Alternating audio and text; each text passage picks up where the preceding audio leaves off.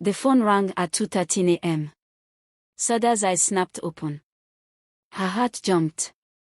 Calls at that time never brought good news. She grabbed her phone, still half asleep, and squinted at the screen. Dad calling. Her throat tightened. He never called this late. Hello, she whispered. There was silence, then a shaky voice, not her father's. Is this Sade? The man asked. Yes, who is this? I'm sorry, miss. Your father, there's been an accident. You need to come to St. Mary's Hospital. 12 hours earlier. Sade sat on her small hostel bed, laptop open, her final project blinking back at her. She was just 3 weeks away from graduating. 3 weeks from finally making her dad proud. He had raised her alone, working double shift as a mechanic to keep her in school. She always told him it would all be worth it. Just wait, Daddy. I'll graduate with honors. I'll take care of everything. She had no idea those words would be the last promise she ever made to him. Sade arrived at the hospital, her fingers ice cold, though it was warm outside. The moment she stepped into the reception, she saw it, her father's work boots, sitting alone under the bench. Worn, dirty, and empty. A nurse walked over, eyes full of sorrow. I'm sorry, dear, she said gently. We tried everything. Sade didn't cry. Not yet. Her body felt too heavy for tears. Like her soul had been knocked out of her.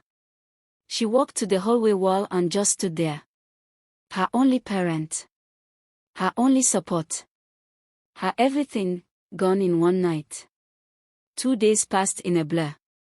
There was no funeral, just a quick burial. No family, no visitors. Her father had no siblings. Her mother left when she was 6.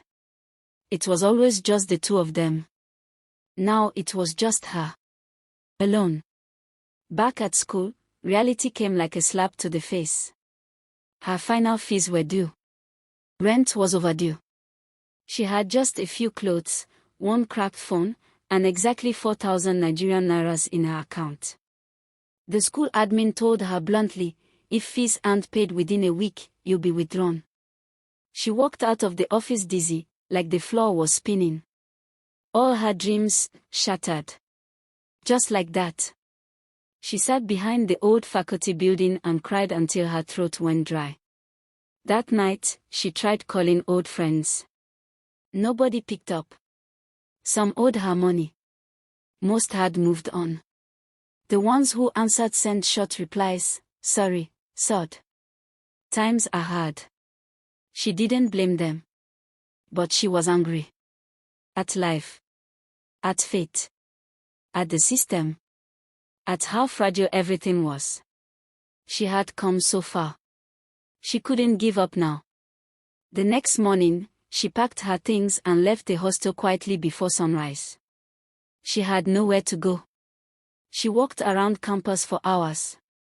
Watching students laugh, drink cold drinks, take selfies. None of them knew what it felt like to lose your whole world overnight. By evening, she had a plan, desperate, but a plan. She returned to the campus library. It was open 24/7. She waited until everyone was asleep, then crept into a small storage room at the back.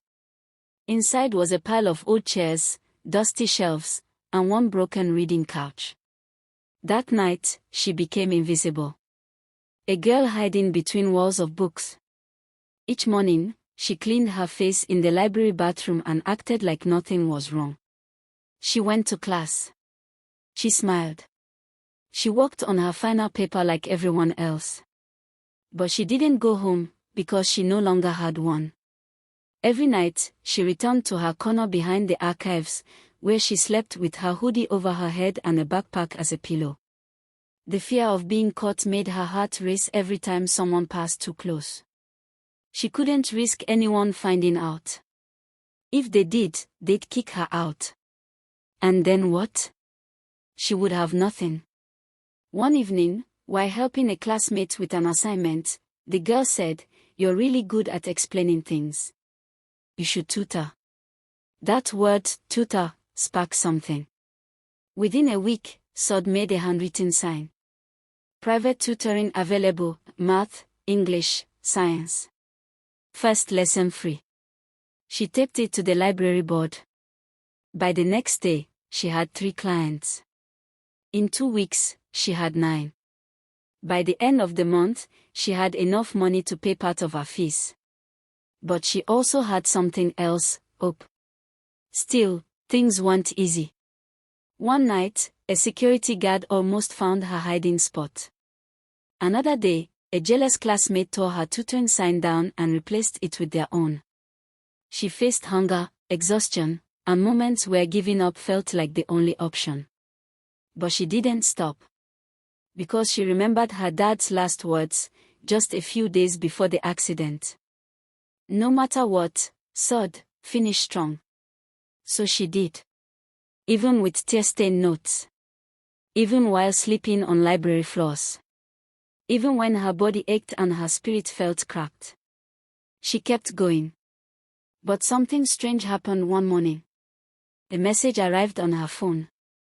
"Unknown number, I know your secret." Her fingers froze. She stared at the screen, heart pounding. Who sent this? What did they know? The library. The tutoring. Her living situation. Her hands shook. Sade had fought so hard to survive. Now someone wanted to use it against her. The story was far from over. In fact, it was just beginning. Sade stared at the message on her phone for a long time. "I know your secret." Her hands were cold. Her stomach twisted. Her heart thumped so loudly she was sure the whole library could hear it. Who sent it? How much did they know? She quickly looked around. The reading room was mostly empty, just 2 students near the window and the elderly librarian, Mama Clara, dozing behind the front desk.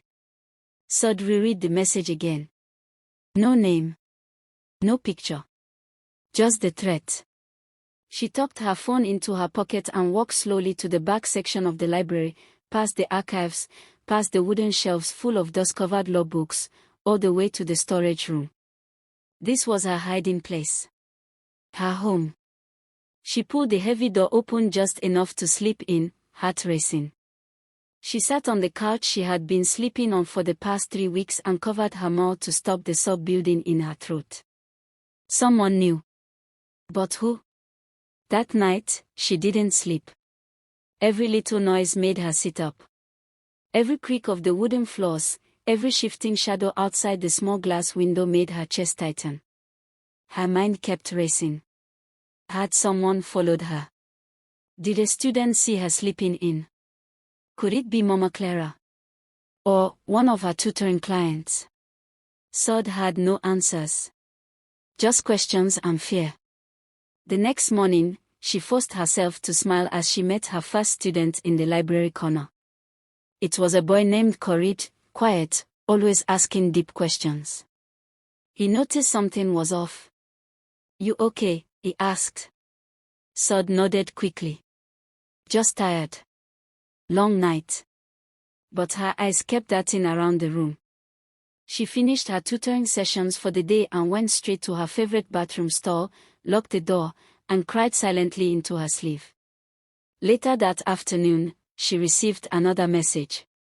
Unknown number. You have 48 hours.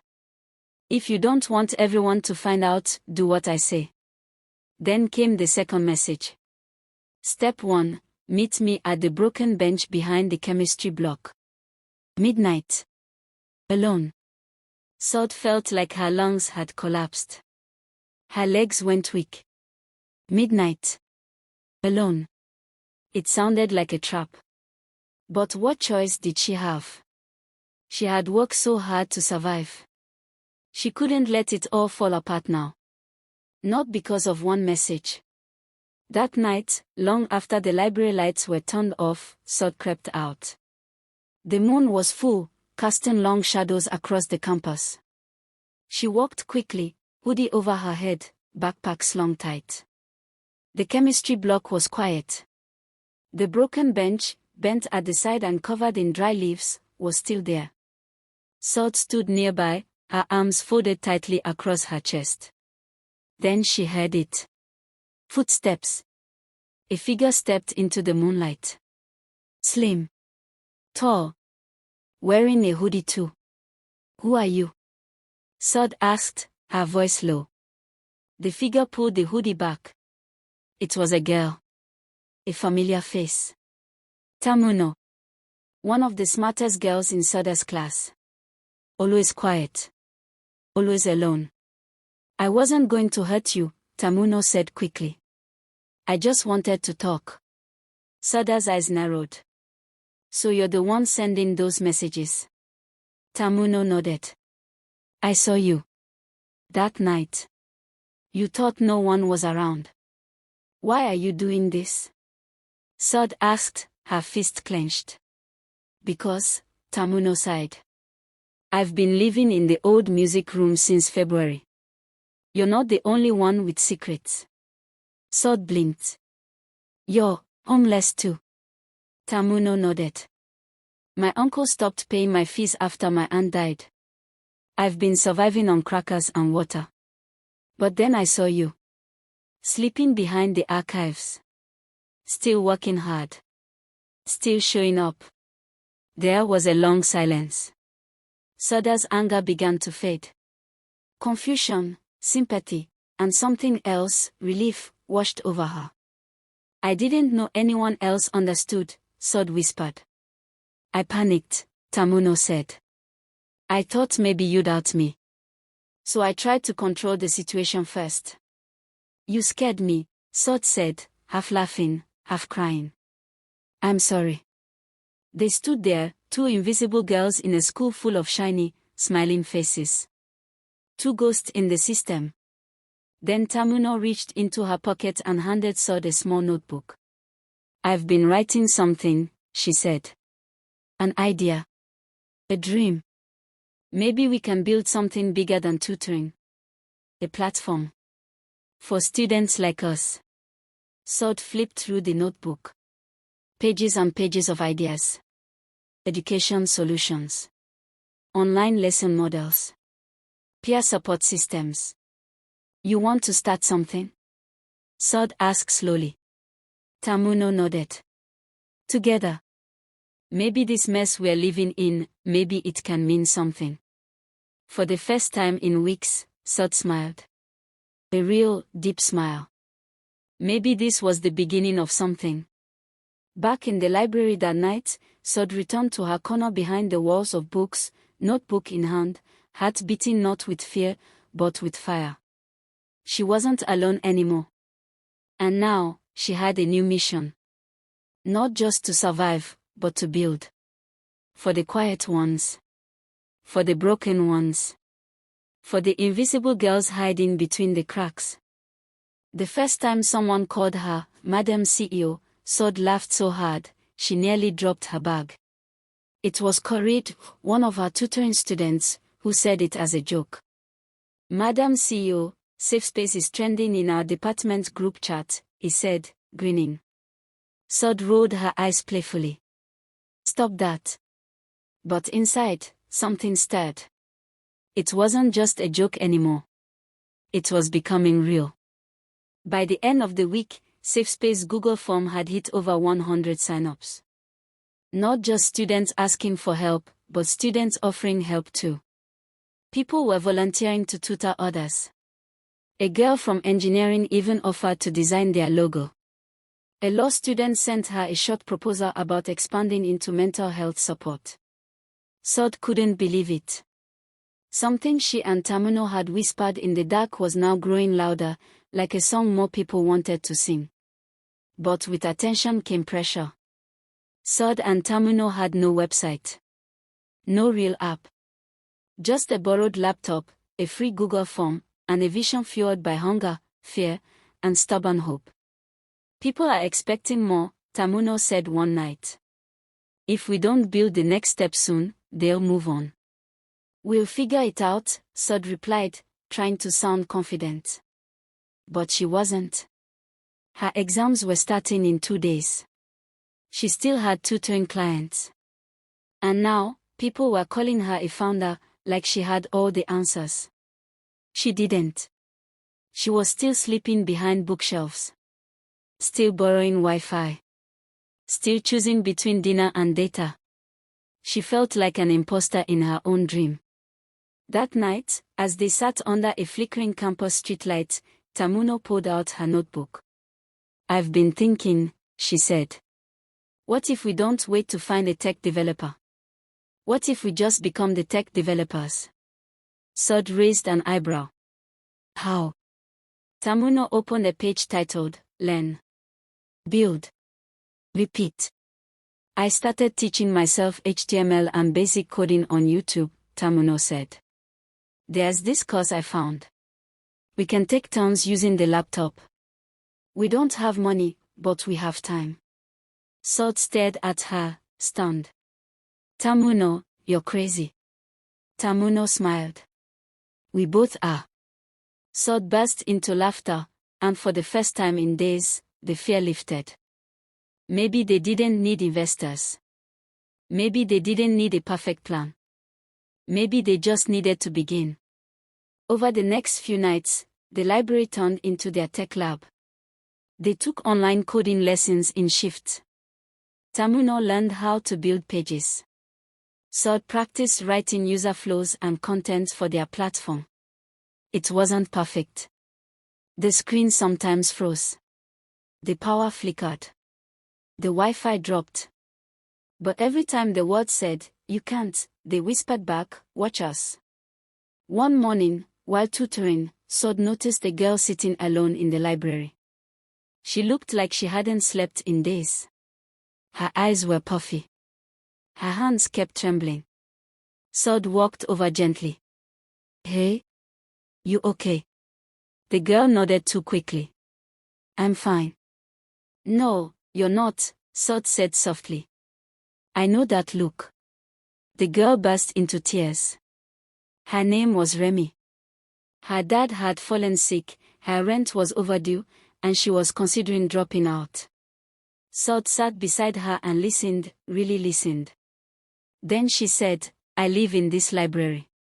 I get it. But you don't have to suffer alone." She wrote something on a scrap of paper. Surface.ng, peer tutoring. Peer support. You belong. Remy looked at it like it was a life raft in stormy water. Later that night, Sade told Tamuno about her. "That's why this has to work," she said. "Because there are too many Remys. Too many girls like us." Tamuno nodded. "And nobody is coming to save us. So we'll save each other." But as safe space grew, so did the whispers. Not the good kind. Some students started asking uncomfortable questions. How are they doing all this without funding? Where do they even live? Is it true Sade stays in the library? The rumors were creeping closer.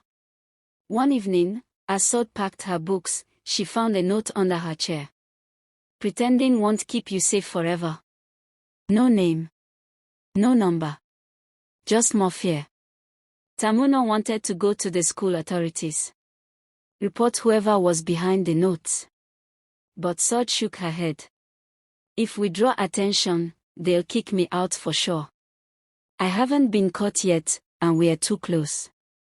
Tamuno sighed. "Then we double down." They pushed harder. Worked faster. In just 3 weeks, they had built a prototype website with 3 basic features. A booking system for tutoring. An anonymous chat support tool. A resource page for free academic links. They named the homepage "Safe Space for Students by Survivors." On launch day, Sade barely slept. She had one final paper to write, one last exam to prepare for.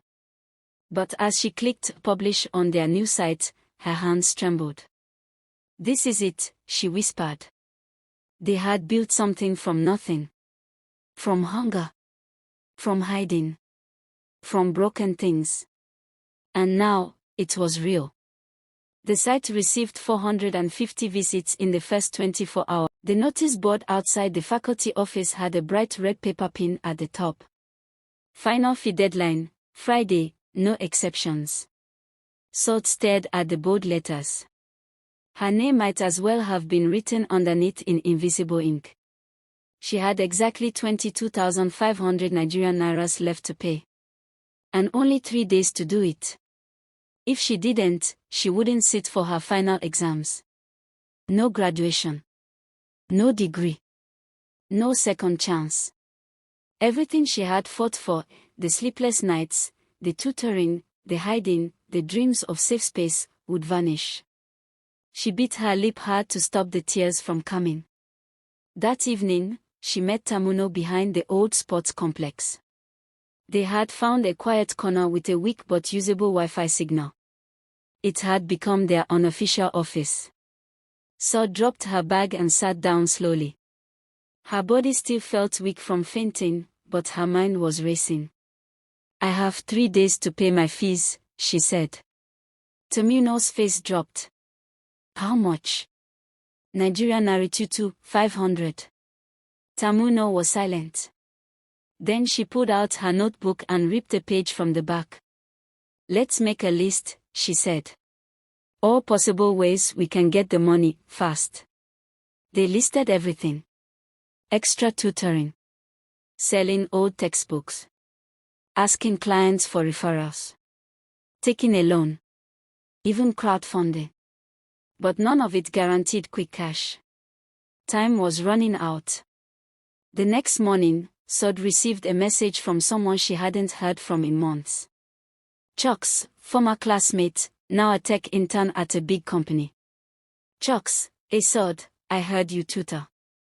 I have someone who needs urgent help. They'll pay double. You in? Sade replied immediately. Yes. Who and when? Chuck's, tonight. Off campus. 8 p.m. I'll send the address. Her hands trembled slightly. Off campus. At night. Her instincts tensed, but the word double echoed in her mind. She needed that money. Tamuno frowned when Sade told her. You sure it's safe? No, Sade admitted. But I don't have a choice. Tamuno handed her a tiny pepper spray keychain. Keep this. And call me the moment you get there. Sade nodded and slipped it into her pocket. At 7:45 p.m., she boarded a kiki and headed to the address. It led her to a quiet street lined with expensive houses. Bright cars. Security dogs barking in the distance. She stopped in front of a large black gate and texted Chucks.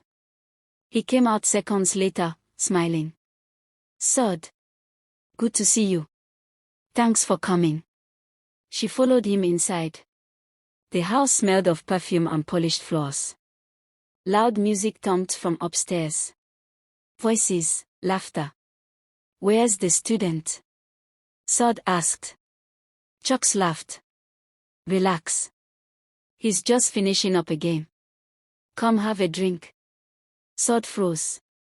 I came here to tutor, not to party. Easy now, he said, stepping closer. Look, it's just 1 hour. Chill. Enjoy. You work too hard. She stepped back. Where is the student? You're so uptight, he sighed. Honestly, I didn't even bring you here to tutor. I just wanted to talk. Catch up. She stared at him, realization hitting like ice. You lied. Not really, he smacked. I was just being creative. She backed away, fist clenched. Let me out. Don't be dramatic. Before he could finish, she pulled the pepper spray from her pocket and aimed it at his face. He yelped and stumbled back. She grabbed her bag and ran for the door. The gate was still unlocked. Thank God.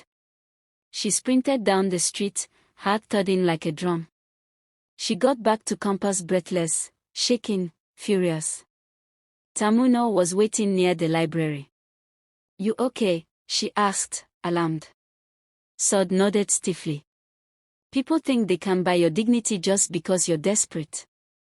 Tamuno's eyes softened. But you said no. Sade nodded again, this time with pride. I may not have money. But I still have me. They sat down on the cold steps of the library and just breathed for a while. Under the stars, something stronger than fear started to grow between them, purpose. The next day, Sade pushed herself harder. She tutored 7 students back to back. Ate nothing but Gary and groundnut all day. Sold 2 textbooks and offered discounts for referrals. By sunset, she had 19,200 Nigerian nairas. Still short. But closer. That evening, she got a message from a parent she had once tutored for free during the strikes. Mrs. Ogundale, Sade, I just heard about what you've been doing for the students. You never charged me before. I'm sending you a token. God bless you. Minutes later, an alert popped up. 10,000 Nigerian nairas. Sade gasped. She had more than enough now. She fell to her knees in the corner of the library, head in her hands. Not in shame. Not in fear. But in silent, shaking gratitude. The next morning, she walked to the admin office with her head held high. She paid every last kobo. The woman at the desk glanced at her. Cutting it close, aren't you? Sade smiled. Close is still on time. That night, as she and Tamuno launched the first test version of Safe Space, Sade felt something shift deep inside her chest. Not just survival. Not just escape. But something bigger. She had chosen her dignity. And in doing so, she'd found her power.